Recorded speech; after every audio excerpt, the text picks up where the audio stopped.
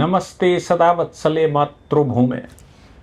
राहुल गांधी, एक देखो, एक हमारे देश में एक बड़ी भारी समस्या है और वो समस्या ये है कि पॉलिटिशियंस पर कोई हाथ डालना नहीं चाहता। दो तीन बातें हैं जिनको मैं कहता हूँ कि जुडिशल सर्विसेज के लोग, एग्जीक्यूटिव यानी कि जो हमारे यहाँ सेक्रेटरीट लेवल है, या मैं कहूँ आईएएस लॉ भी है, आईपीएस लॉ भी है, और पॉलिटिशियन।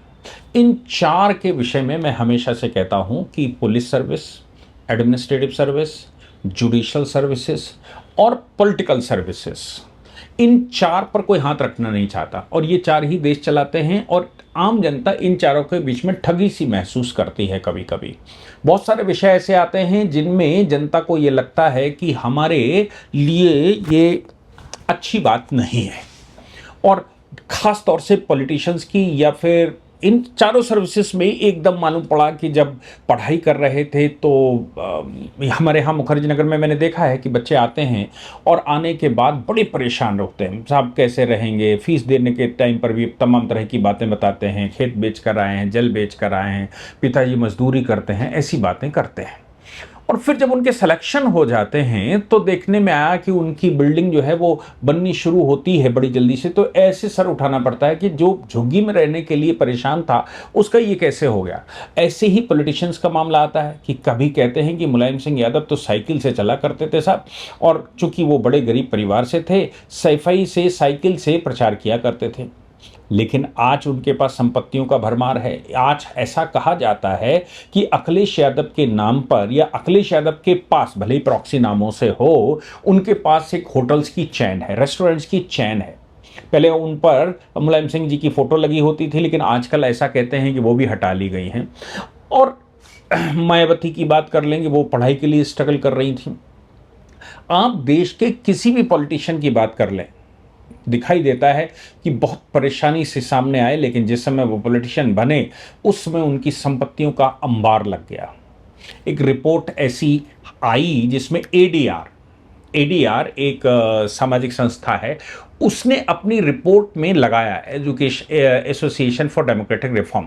उन्होंने जो सिटिंग एमपीज हैं और जो एमएलएज हैं, उनके जो एफिडेविट लगे होते हैं, उन एफिडेविट में जो उनकी संपत्ति वो डिक्लेयर करते हैं, उसका डिसप्रपोर्शनेट एसेट्स का अपना एक फॉर्मूला कोई डेवलप किया होगा और उसके अनुसार निकाला कि भाई इनकी आमदनी इतनी होनी चाहिए और इतनी संपत्ति कहां से आ गई। प्रिवेंशन ऑफ करप्शन एक्ट के सेक्शन 13(1)(b) और सेक्शन 13(1)(e) के तहत जुडिशियल ऑफिसर्स, या फिर मैं कहूं कि प्राइमरी इन्वेस्टिगेशन इनके तहत होती है। जो लोग भी पब्लिक सर्वेंट हैं या फिर पॉलिटिकल लीडर्स हैं, ये पब्लिक सर्वेंट वाला फार्मूला है ना, ये जजों पर भी लागू होता है। वैसे तो जज कहते हैं कि हम पब्लिक सर्वेंट नहीं हैं, लेकिन करप्शन के मामले में वो पब्लिक सर्वेंट के फार्मूले पर लागू होते हैं, इसलिए प्रिवेंशन ऑफ करप्शन एक्ट का मुकदमा भी उनके खिलाफ लगता है। अब हमारे देश में लालू प्रसाद यादव के विषय में कहा गया कि भाई बच्चे पालना मुश्किल था, लेकिन आज उनके पास संपत्तियों का भरमार है। ऐसे सैकड़ों पॉलिटिशियन भारत में हैं जिनके पास संपत्तियां बहुत हैं। अच्छा, ये भी कहते हैं कि वो चोर चोर मौसेरे, भाई सब एक दूसरे के भाई बंधु हैं, तो कौन किसके खिलाफ इन्वेस्टिगेशन करे, ये चारों ही ऑर्गन्स कौन किसके खिलाफ इन्वेस्टिगेशन करे।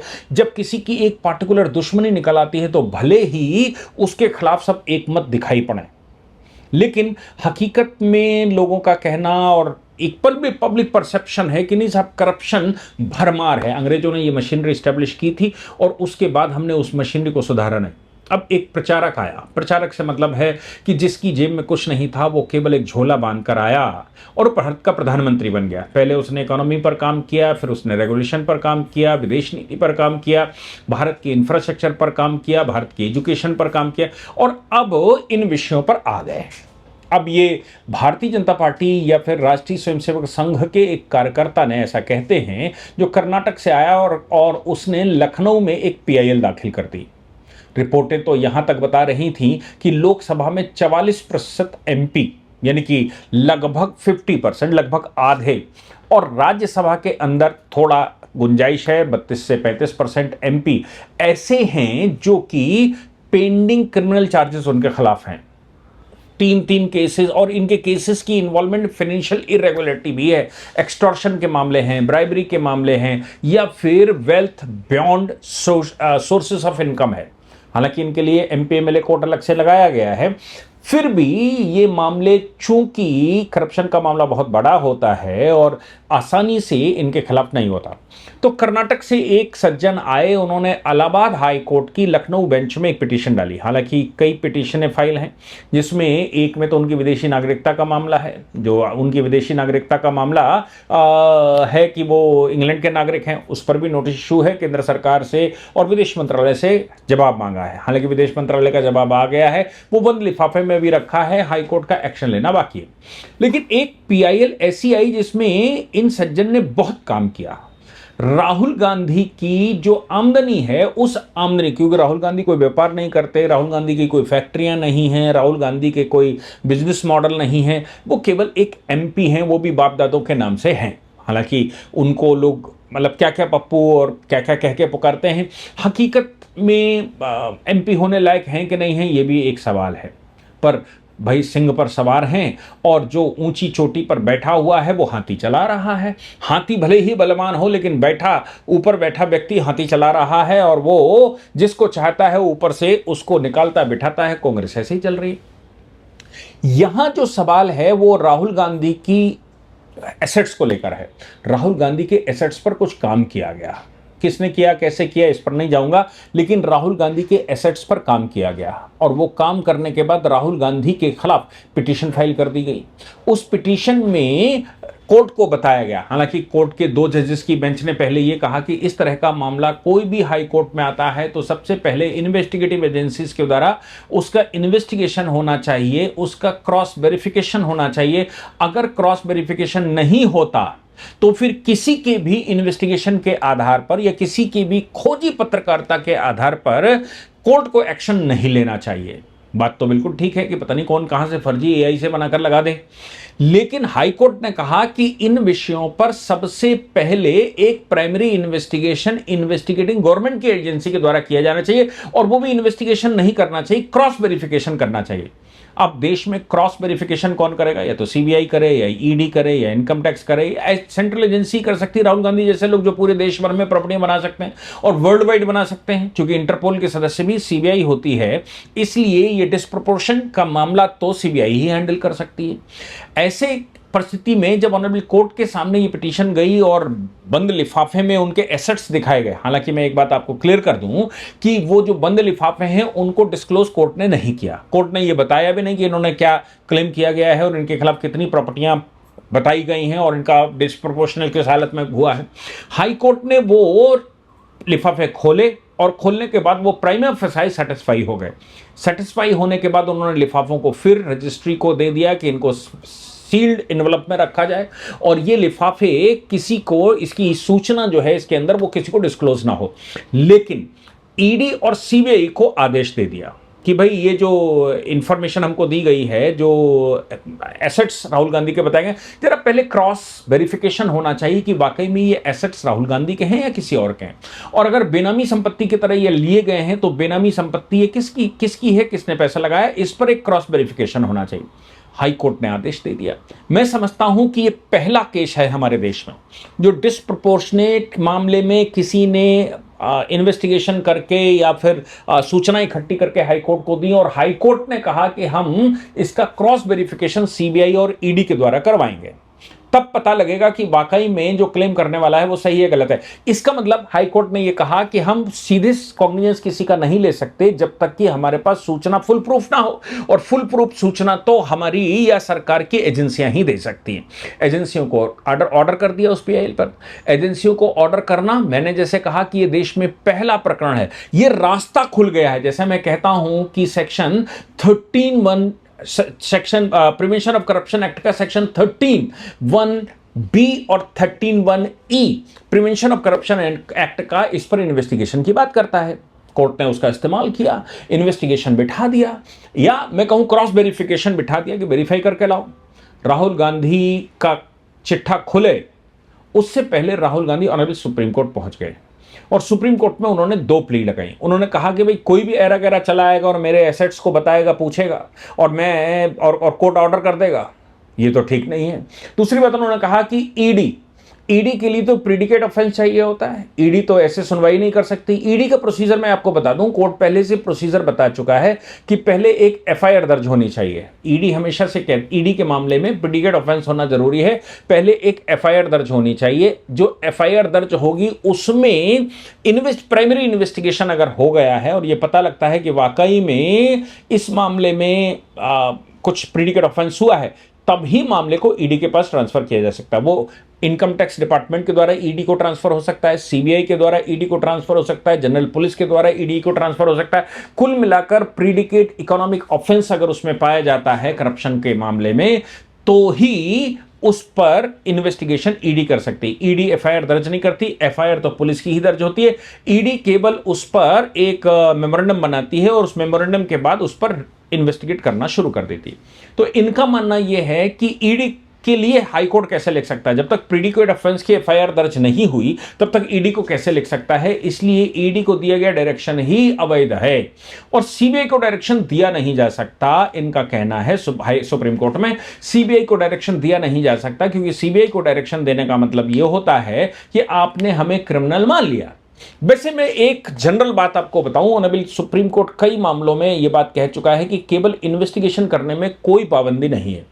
यहां तक कि Delhi special police establishment act के सेक्शन 6 में एक संशोधन मनमोहन सिंह जी की सरकार ने कर दिया था और वो ये था कि किसी भी पब्लिक सर्वेंट की इन्वेस्टिगेशन भी नहीं बिठाई जा सकती जब तक कि सरकार से अनुमति ना हो। और अभी सुप्रीम कोर्ट में वो चैलेंज हुआ था और अभी सुप्रीम कोर्ट ने उस समय कहा था कि कॉग्निजेंस लेना अलग बात है, इन्वेस्टिगेशन करना अलग बात है।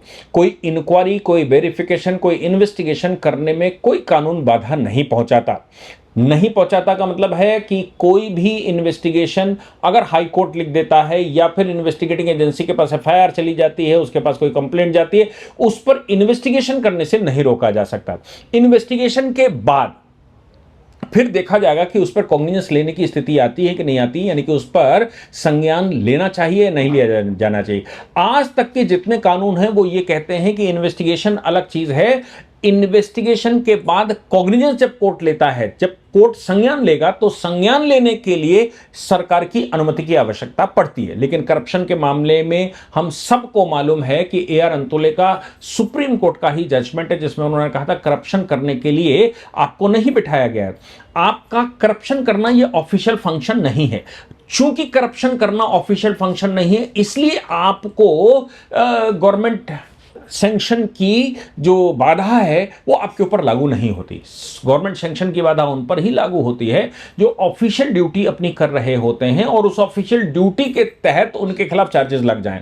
यहां करप्शन करना ऑफिशियल ड्यूटी नहीं है, ये आपको ड्यूटी नहीं दी गई है, इसलिए आपका जो मामला आता है वो इस प्रोटेक्शन के बाहर होता है। ए आर अंतुले में पहले डिसाइड कर चुका है और ए आर अंतुले का मामला कोई सामान्य मामला नहीं था, ये मुख्यमंत्री का मामला था जिसमें उनको अपनी सीट गंवानी पड़ी थी और मामला चला था और करप्शन प्रूफ भी हुआ था। जबकि सैंक्शन तो मुख्यमंत्री की सरकार ही देगी, मुख्यमंत्री के खिलाफ हो तो कौन सैंक्शन देगा। इसलिए इस मामले में सुप्रीम कोर्ट ने कहा था कि नहीं, इनमें किसी तरह के सैंक्शन की आवश्यकता नहीं है क्योंकि करप्शन का मामला है।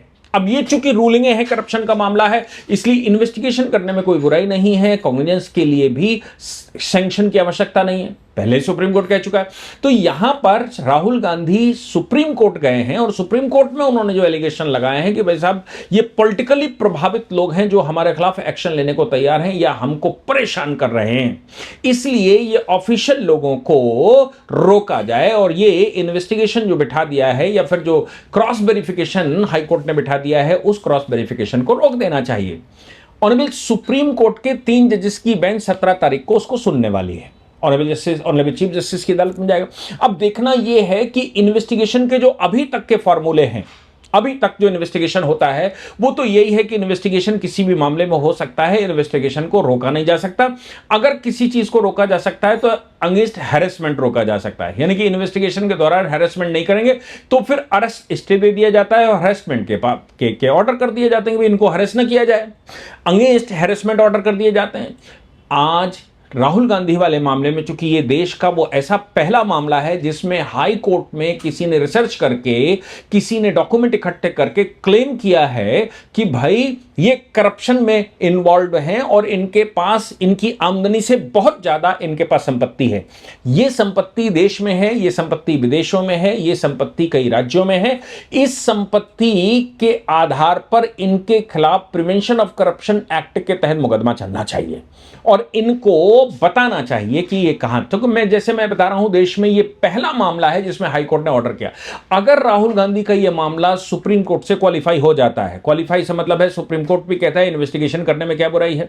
अगर किसी ने मेहनत करके आपके एसेट्स ढूंढ कर लाए हैं और आप कह रहे हो ये झूठ है, तो फिर एजेंसी को, सीबीआई को क्रॉस वेरिफिकेशन कर लेने दीजिए।